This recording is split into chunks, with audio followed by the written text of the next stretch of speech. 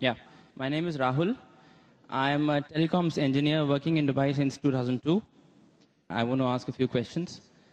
Coming from my background, I think religion is something that following that, you're saved from having problems in your life. Yeah.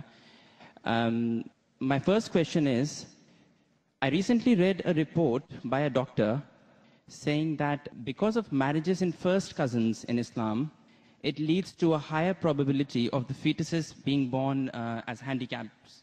Yeah, it increases the probability of the babies born without hands or without legs. So if it was something that could potentially cause harm, it should not have been allowed in Islam. Another point I would like to add to the same question is, recently I suffered a little bit of a BP, and I went to the doctor, and the first thing he said to me is that stop eating red meat, which is again allowed in Islam. So I would think that if these things could be harmful to the human body, these should not have been allowed by who has created us. So if you can clarify me on that. The brothers asked two questions. The first question that is talking about consanguineous marriages. Consanguineous marriages means marriage between close relatives. In English, it's called as consanguineous marriages. And in consanguineous marriages, medical science tells us today, there are high chances of genetic problems. And I do agree with the brother. So why does Islam permit that? Yes.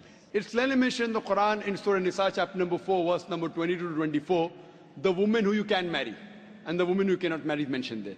Amongst them, it's clearly mentioned you cannot marry your sister and a lady cannot marry the brother. It's mentioned. Neither the father, neither the mother. You cannot marry the brother of your father, the ladies, and you cannot marry the sister of your father. That means the important close relatives are mentioned in the Quran.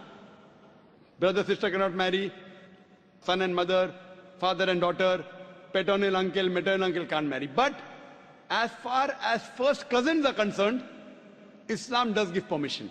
Now, as far as consanguineous marriages are concerned, the maximum problem comes when you marry your direct blood brother and sister. Consanguineous marriage.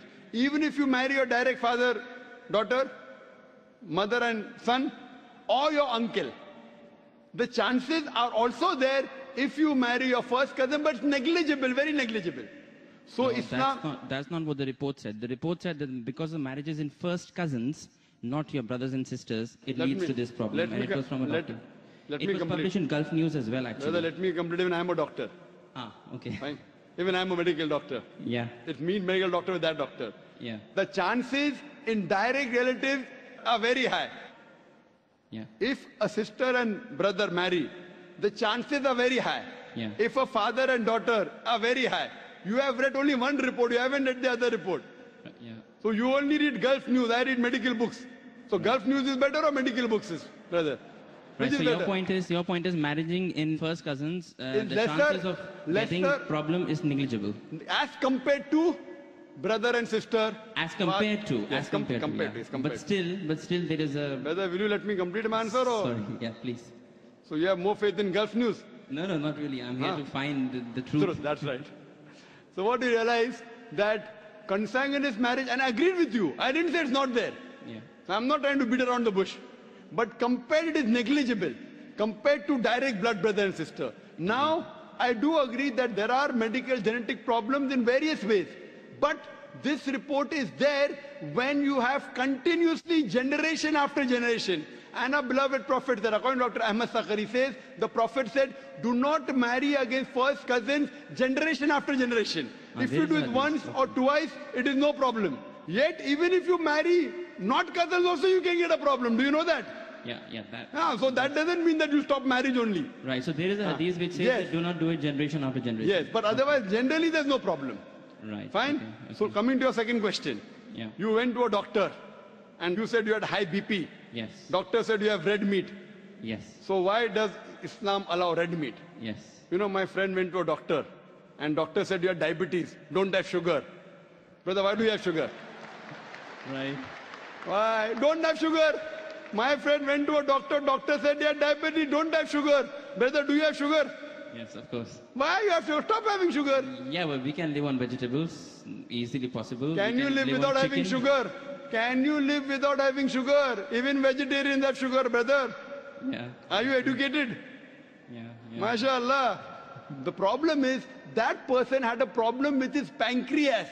Yeah. In the pancreas, there are islets of Langerhans which break down the sugar. Because my friend had a problem in the pancreas, he could not break down the sugar. Therefore, the doctor said, don't have sugar. Right. If you have some problem of red meat, you should not have red meat. Others can have red meat. Right. The Quran says, a general statement, Quran says, eat what is halal and tayyib for you. There's a verse in the Quran, eat what is halal and tayyib for you. For a person suffering from diabetes, sugar is not tayyib. So according to the Quran, a person having diabetes should have less sugar. It's a general statement. Eat what is halal and tayyib for you. That means certain things which is good for others may not be good for you. But there are certain things which are bad for everyone. Alcohol. Alcohol is bad for everyone. It is prohibited for everyone. Pork is bad for everyone. Therefore, pork has been prohibited for everyone. What you realize, certain food, because of the way your metabolism is made, because it's a problem for you, doesn't mean that everyone should abstain from it. Hope that answers the question. أفمن شرح الله صدره للإسلام فهو على نور من ربه فويل للقاسية قلوبهم من ذكر الله